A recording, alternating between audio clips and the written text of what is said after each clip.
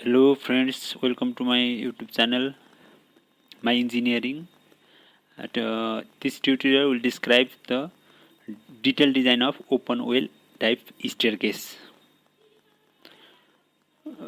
Before we design, we have to design the architectural part, that is general arrangement of staircase, right?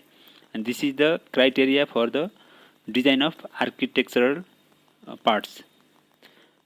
Now the type of building is residential building and height of the story is 300 mm or 0.3. The height of each flight on the staircase, since it has 3 flights, then height of each flight will be 300 by 3000 by 3, that means 1 meter. Assume the number of raiser for each flight 6, then assume number of raiser for each flight is 6, then height of raiser in each flight will be 166.67 mm, and number of tread 6 minus 1 equals 5. The total horizontal length of going, it means horizontal length of going, this one is the going, this one is going, that is 1.25 meter. Assume the tread length of 250 mm, then width of the staircase flight. This length would be 1 meter, and width of the landing will also be 1 meter. This is the width of the landing, and this is the plan for the open well type staircase.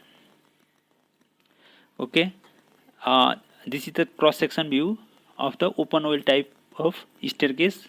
There are 3 flights. One flight is this one, this is another flight, and the last flight is this portion. Now the structural inputs for the design of open well type staircase. Grade of concrete M25,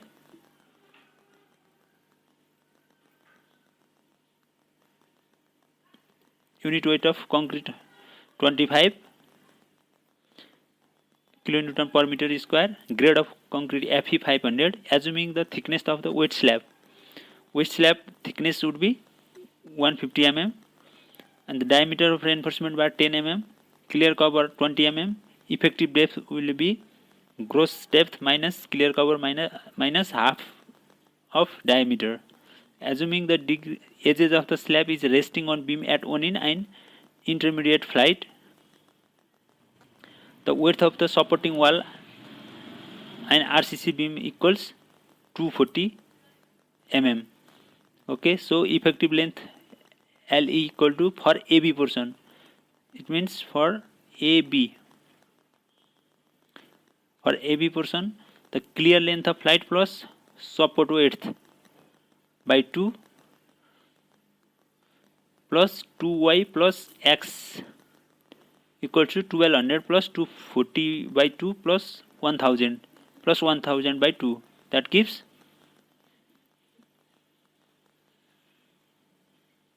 1200, 2.87 meter in total.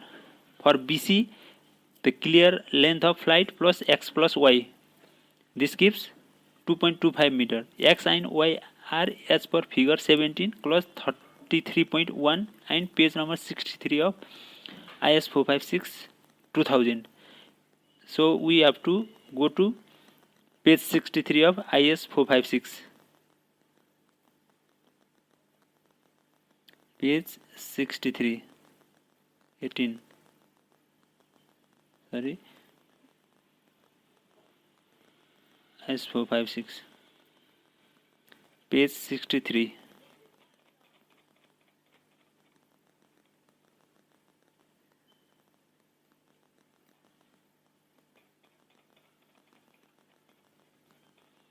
We have to look at page number 63.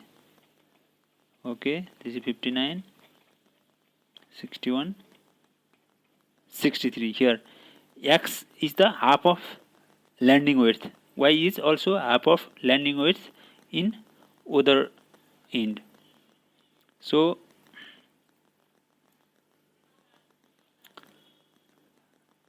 we calculated effective length LA. For load calculation, load on flight will be dead load of tread and riser per meter run. This is the formula for dead load of tread and riser, and if we put this value, then we get 2.08 kilonewton per meter. The width of the weight slab per meter run. This equation gives the load per meter run. If we input this value, then we will get 4.51 kilonewton per meter. Floor finish load 1 kilonewton per meter square. The floor finish load per meter 1 kilonewton per meter. The total dead load will be tread and riser load plus waist slab weight plus floor finish. That all together give 7.59 kilonewton meter. The total live intensity 3 kilonewton per meter square. That can be obtained from IS 875 part 2 for residential building, corridor, passage, staircase including tire escapes and storerooms. That is 3 here. So we have take 3 kilonewton per meter square, and the total load on will be 10.59 kilonewton per meter. The total load on landing, live load will be same, floor finish will be same. Dead load equals 25 multiplied by 0.15 into 1. That gives 3.75 kilonewton per meter. 0.15 is the thickness of landing slab, and total load on landing will be 7.75 kilonewton per meter for span AB. If we design the span AB, then we have to draw the loading condition, okay, as a beam of the element. A and B are the two conditions here. The effective length will be 2.87 for AB portion, C equals 1.25, A 1.12, B 0.5, WA 7.75 kilonewton per meter, WB half of the 3.875. It is done half because this landing shears this flight and this flight, so only half of the loading on landing slab has to be considered while designing, okay. And then this is 3.875 and WC would be 10.59 for flight. The total weight will be 23.86 kilonewton. The reaction RA and RB will be calculated as per this formula. This will give 12.344 RA and RB equals to 11.51. If we calculate RA, then we will subtract from total load and then get RB. The maximum shear force will be RA, which will be 12.344 kilonewton. Ultimate shear force will be multiplied by 1.5. This gives 17.27 kilonewton. For calculation of position of zero shear, the shear value lies between this portion in the C. So if we write the equation of shear force on that region, if it gives 0, then x equals 0.9 meter, okay. The position of shear force from end B will be 0.5 plus 0.9 equals to 1.4. The maximum bending moment at 1.4 will be this 9.6 kilonewton meter. The ultimate bending moment at the center will be multiplied by 1.5, that gives 14.5 kilonewton meter for span BC. Then why we design separately for AB and BC? Because the effective span for the BC and AB is different, so we have to design for this portion separately. The same At the same procedure, LE equal to 2.25 for this portion, and this value has been already calculated. Similar to the above calculation, RA equals 8.56, RB equal 8.56 in that case. The maximum shear force will be 1.5 multiplied by 8.56 equals 12.83 kilonewton. For the calculation of position of zero shear, then again we write a shear equation which equals to 0, that gives x equals 0.625, and the position of zero shear from end B equal to B plus x equals 1.125 meter. Maximum bending moment RB. This formula gives the maximum bending moment equals 5.86 kilonewton at 1.125. Okay, the ultimate bending moment at the center, at the center, it's not center, it should be 1.125 from B. Okay, now design section. This is the equation for under reinforced condition, and if we want to solve this equation for AST, then it gives quadratic equation. To solve the quadratic equation, we have a general formula. So it is resolved into A, B and C constant, and then calculate the AST required for the staircase, right? This gives 277 mm square. AST minimum would be 180 mm square if we take 0.12% of gross cross section. Take AST, that is maximum of AST calculated, or AST minimum 277 mm square. Take the diameter of 10 mm, area that gives 78.5 mm square, and spacing would be 200 mm. AST adopted would be 392.5 mm square. For distribution bar, the minimum reinforcement would be 180 mm square, bar of diameter 8 mm, area 50, that gives AST equals to 51.12 mm square. For span BC, then the AST calculated will be 166.11, AST minimum 180 mm square, diameter bar 8 mm. We take the maximum of these two value, so adopt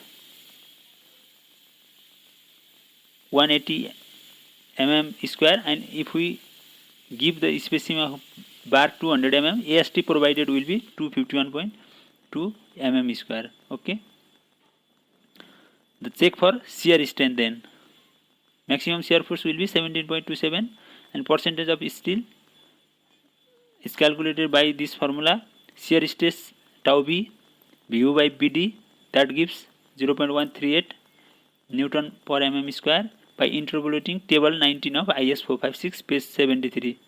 IS 456 page 73. This is 63.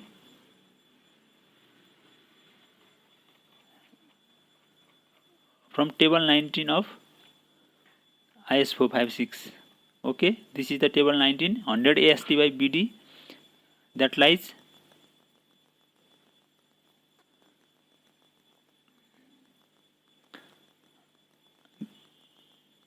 0.31 percentage of steel.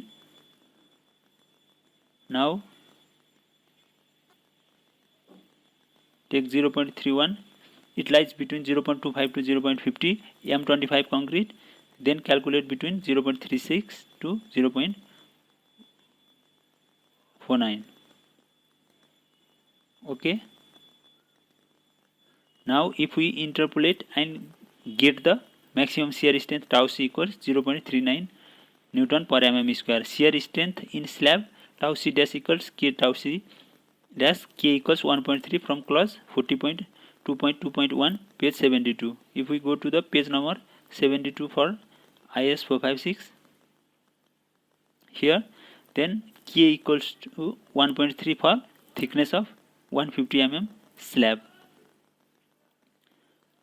So since nominal shear stress 0.138 Newton per mm square is less than the shear strength in slab 0.51, then the slab is safe in shear. For span BC, in the similar manner, percent of steel equals to 0.2 for this case, and shear stress tau is calculated 0.108, and shear strength is calculated by using table 19 of IS 456. K equals 1.3 and shear strength will be 0.42 Newton per mm square. Since the nominal shear stress 0.103 Newton per mm square is less than the shear strength in slab equals 0.42 Newton per mm square. The slab is safe in shear. Then check for the depth. For span AB, the moment will be 14.4 kilonewton meter, and limiting moment formula this one. This gives calculated value 65.80 mm. Since D calculated 65.80 mm is less than 150 mm, the depth is 125 mm effective depth. The depth is sufficient. For span BC, it gives 51.53 by using the same equation, and that also gives the depth of the section is sufficient. Check for deflection. The slab is checked for deflection as per clause 23.2.1 IS 456 2000 page 37. Then we have to go to page 37. Okay.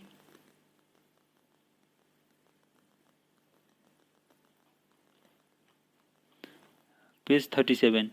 Here, the vertical deflection limit may generally be assumed to be satisfied provided that the span to depth ratio are not greater than the values obtained as below. This is the basic value for a simply supported case. This is 20 and this is value of alpha in this equation. In this equation, alpha, beta, gamma, delta, lambda. So we have to find the value for each parameter. Okay, alpha equals 20, this is the basic value. Beta equals 1 since it is less than 10 meter.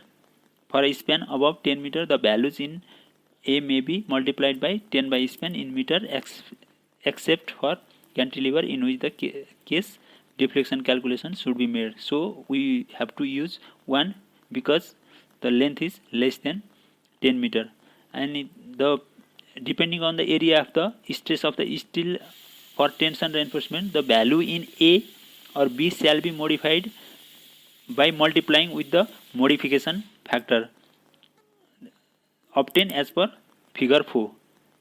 This is the gamma.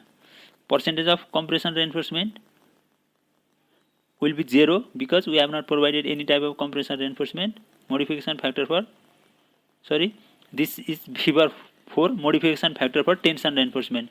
We have to calculate Fs 0.58 multiplied by Fy, area of cross section of steel required, area of cross section of steel provided.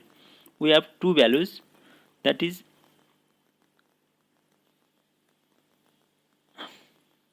area of cross section of steel required will be 277 mm square, but we have provided 392.5 mm square. So we have to put this value in this equation. Okay, and that gives 204.72 Newton per mm square. Now go to here 207.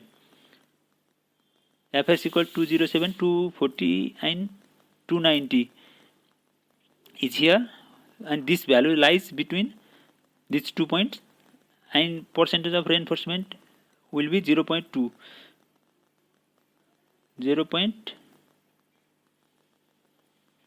Percentage of reinforcement will be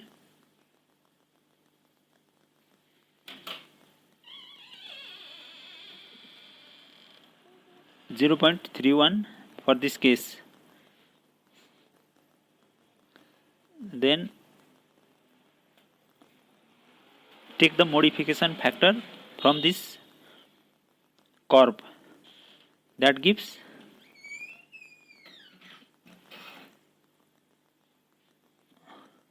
1.8, and delta equals 1, lambda will be 1. This is also defined in clause D and E. Depending on the area of compression reinforcement, the value of span to depth ratio be further modified by multiplying with the modification factor obtained as in figure 5. In this figure, percentage compression reinforcement provided is 0, so modification factor will be 1. For lambda, we have to see this figure 6.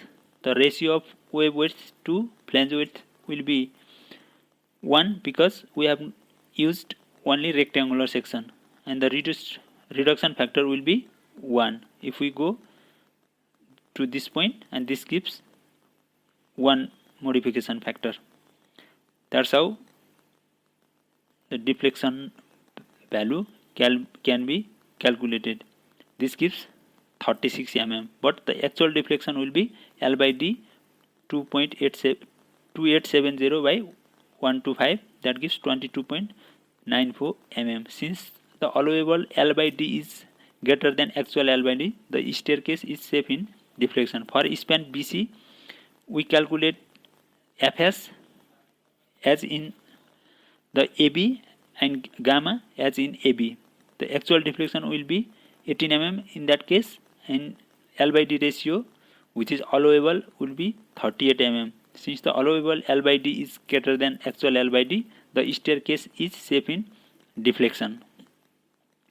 Check for development length then. For span AB, the moment of resistance offered by the provided reinforcement will be calculated by using this formula. This gives 20 kN meter. And tau BD, this is the bond strength of plain bar. If we use deformed bar, the bond stress can be increased by 60%, as stated in 26.2.1.1 in IS 456. For development length, LD1 equals this formula. It is also mentioned in IS 456, and this formula is also mentioned in IS 456 clause 26.2.3.2. Now LD1 will be 485.49 mm and LD2 equal to 1506 mm. Now LD1 is less than LD2, it is safe. For span BC, we calculate for BC same as in for the span AB. Okay, now this is the detailed reinforcement. For section YY, this is BC, and for section XX, this is AB. That's how the reinforcement has to be laid. In this case, the anchorage, this projection should be the minimum length, will be anchorage length, that is development length, and for this case, this is also development length. It is same for section XX and section YY. That completes the design of open well type staircase. Keep on watching. Thank you very much.